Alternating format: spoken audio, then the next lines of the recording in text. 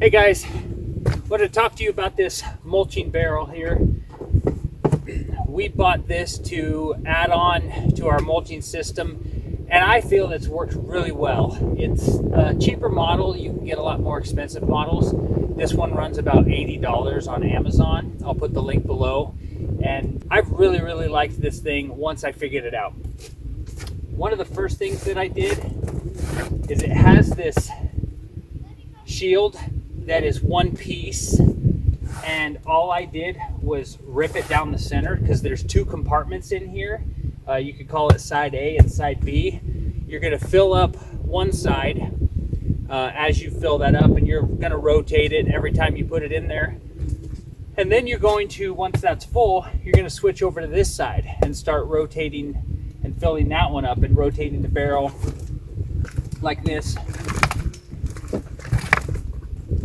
Get everything mixed in nice and good. Now, the problem was, now both sides are full, right? I wanted to empty them out, but I only wanted to empty one side out because this side has been mulching a lot longer than this side. Well, this solid piece would move over like this and then stick out to the edge, and you could only tip it down so far before that hit the edge there. So simple solution. I just took a little skill saw, you could do a hand saw, and I cut it right in half. So you can see the divider right here, they're separated. That way I can leave that half on.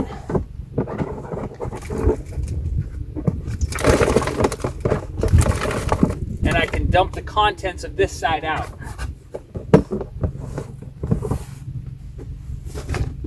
Now, it's not a perfect method, but I feel that it works pretty good for us. The second step to our mulching process is I have this bin that I made.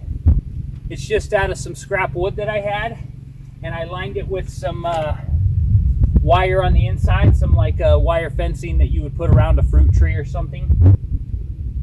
And so once this barrel gets everything like broke down and mulched pretty well, then I stick it in that wood bin and I keep it stirred up, and I end up with some great compost.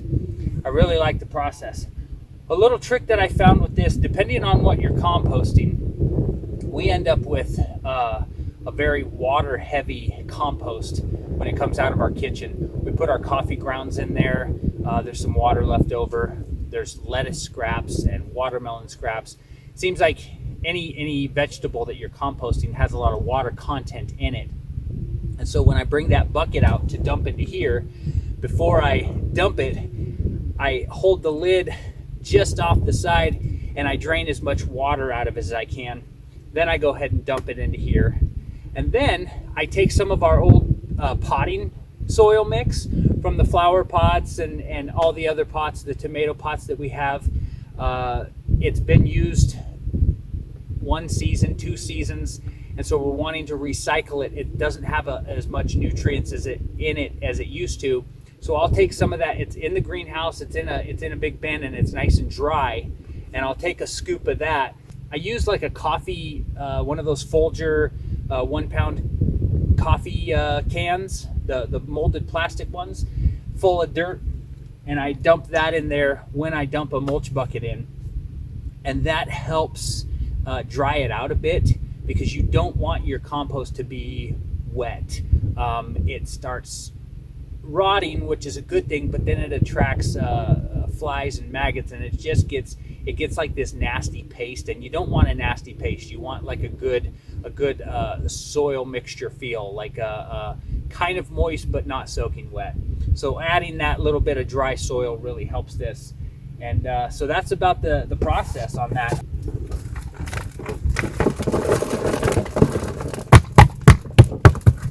Once I figured out on cutting this in half to where I could drain half of this barrel at a time, it made it a lot better.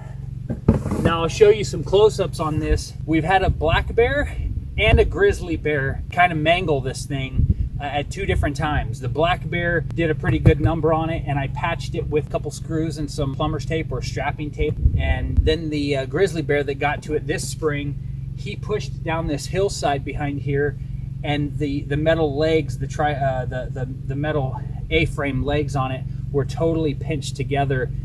I thought it was done for, but I was able to slowly spread the legs back out, and it still works. So it's seen better days, but it's still mulching our compost and our kitchen scraps and doing a great job. And that's about it, guys.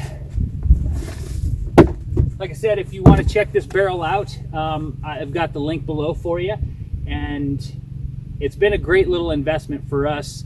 The new garden patch that we put in this spring, I was able to use 2 full wheelbarrows of our homemade compost to top it off, and we had a great yield of zucchini and summer squash and tomatoes. So I'm real happy with the product that we're getting from this. I hope this review has been helpful, and if you have any comments or questions, leave them below and we'll get back to you with answers to the best of my knowledge and my experience with this thing. But I would give this thing, for the price point, you can spend a lot more on one of these, and I don't have experience with those, but for this one and the price point, I would give it 2 thumbs up, and I would definitely recommend it.